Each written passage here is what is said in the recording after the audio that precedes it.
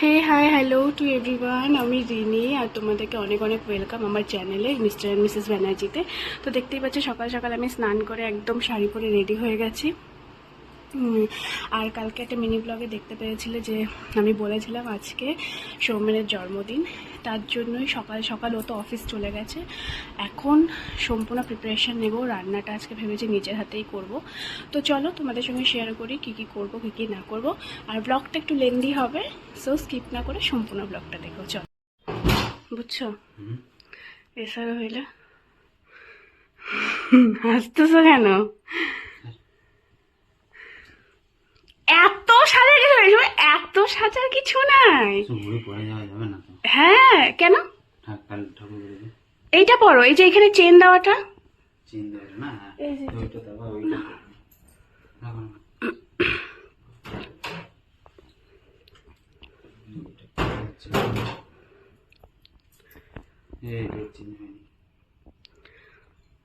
তাড়াতাড়ি আসবে তো?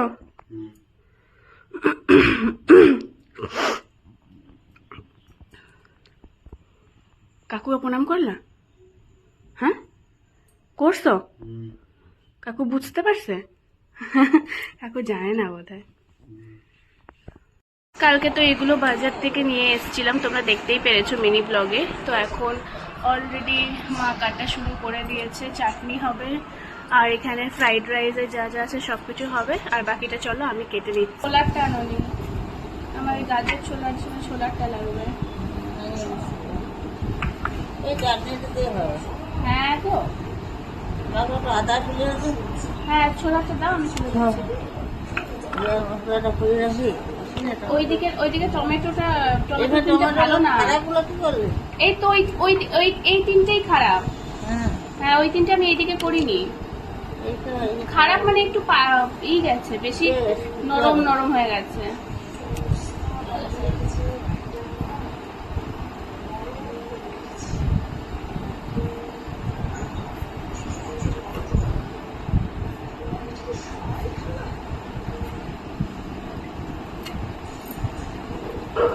দুব্বগুলো আমি আগের থেকেই তুলে রেখে দিলাম, কেননা সন্ধ্যার সময় দুব্বগুলো দিয়েই আশীর্বাদ করা হবে। চলো এখন দেখি যে রান্নাঘরে কি হচ্ছে।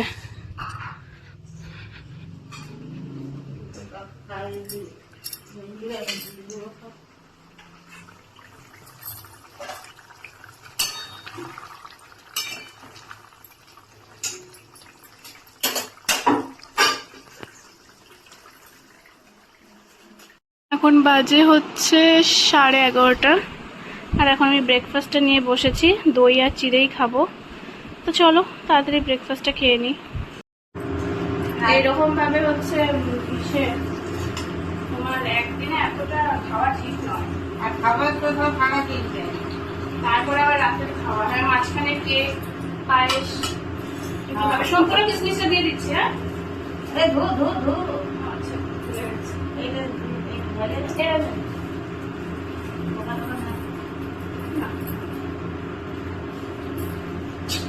বাবা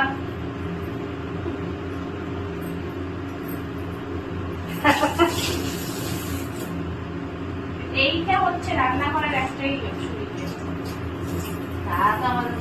তোমাদের তো বড়, আমাদের রান্নাঘরটা দেখবে তো বাড়ি প্রচুর ছোট, একজন ঢুকলে আর একজনের মাথায় গরম হবে। ওই জন্য পিসি যখন রান্না করে আমরা কেউ ঢুকি না।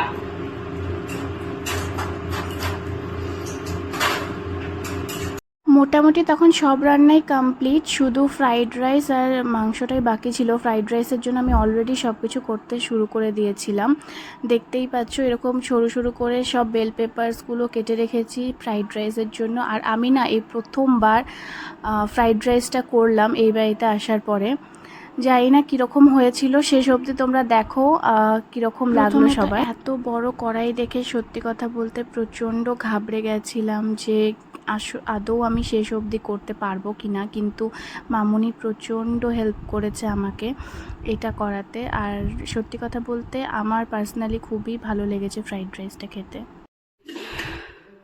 ফ্রাইড রাইসটা একদম ডান, মানে ফ্রাইড রাইসটা আমার হয়ে গেছে। এখন ওইদিকে মাটনটা বললো বাবা করবে, তো চলো দেখি দুজনে মিলে মাটনটা করছে। জল এখন গরম করার দরকার নেই। জল এখন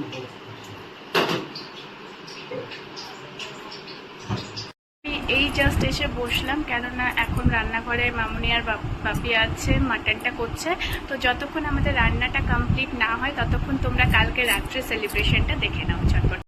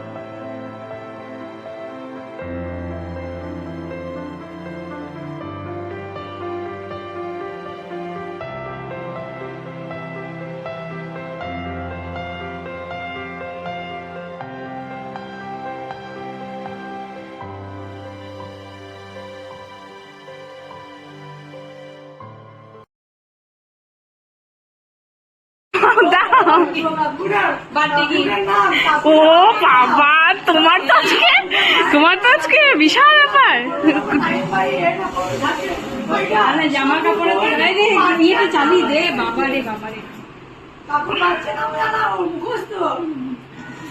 খোলো গিফটটা, বন্ধ করো, বন্ধ করো। তুমি গিফটটা খোলো, বন্ধ করো মানে দেখাবো না। দারুন সানগ্লাসটা, এবার দেখো পরে ঘুরিয়ে দিব ফোনটা, দেখি। হ্যাঁ খুব সুন্দর। হ্যাঁ হয়েছে কি না, সে তো বেশি হয়ে গেছে। না ঠিক আছে, কাল আনলো আচ্ছা আনলো কেন? তুমি কনফিডেন্স সব বলে। ওটা করতে পারো নি? ও তোর বাবা আগে বলেছিল কথা না দে। আরে ওই তার একই চালটা একই বাবা।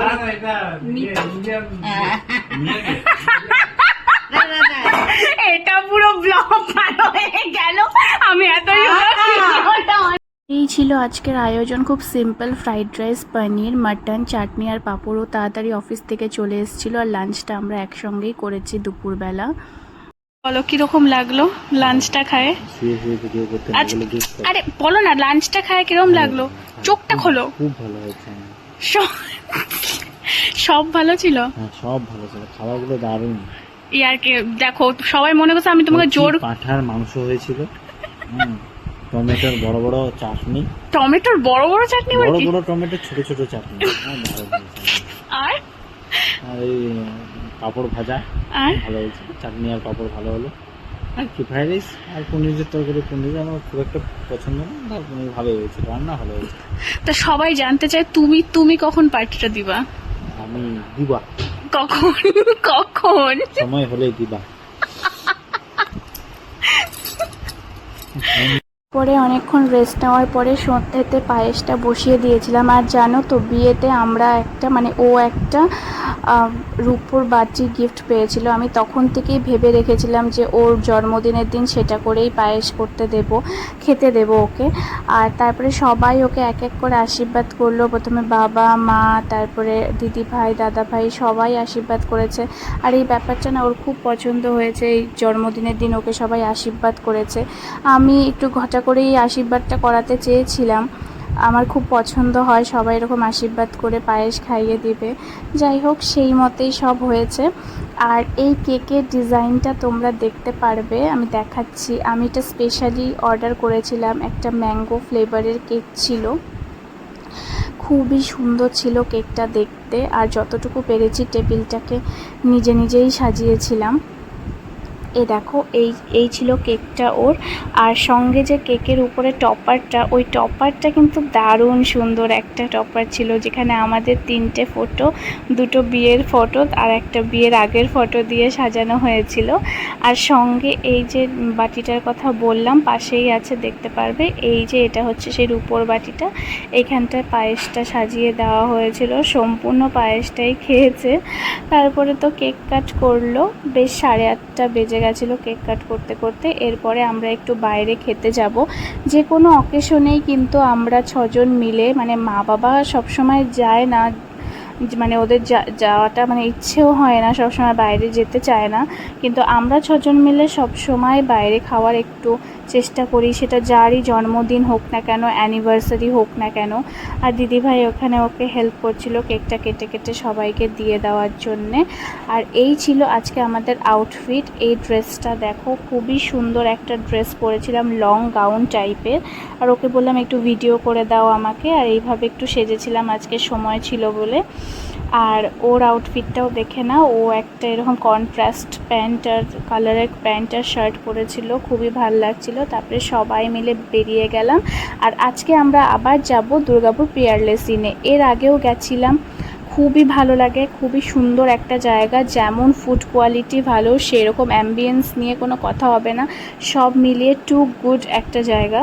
আর চলে গেছিলাম, বেশ ফাঁকাই ছিল, অনেকটাই রাত হয়েছিল, আমাদের 9টা বেজে গেছিলো ডিনার করতে যেতে।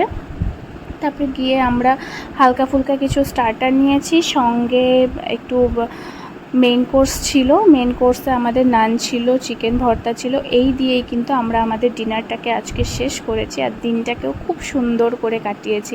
আমার ভিডিওগুলো যদি তোমাদের ভালো লেগে থাকে, অবশ্যই আমার চ্যানেলটাকে সাবস্ক্রাইব করে পাশে থেকো। আশা করি আরও অনেক সুন্দর সুন্দর ভিডিও তোমাদের সঙ্গে ইন ফিউচার শেয়ার করব। আর এই ভিডিওটা ভালো লাগলে কমেন্ট সেকশানে অবশ্যই জানিও। আজকের মতো আসি, দেখা হবে নেক্সট কোনো দিন একটা অন্য ভিডিও নিয়ে। ততক্ষণ আমার পাশে থেকো আর সাথে থেকো। Thank you for watching.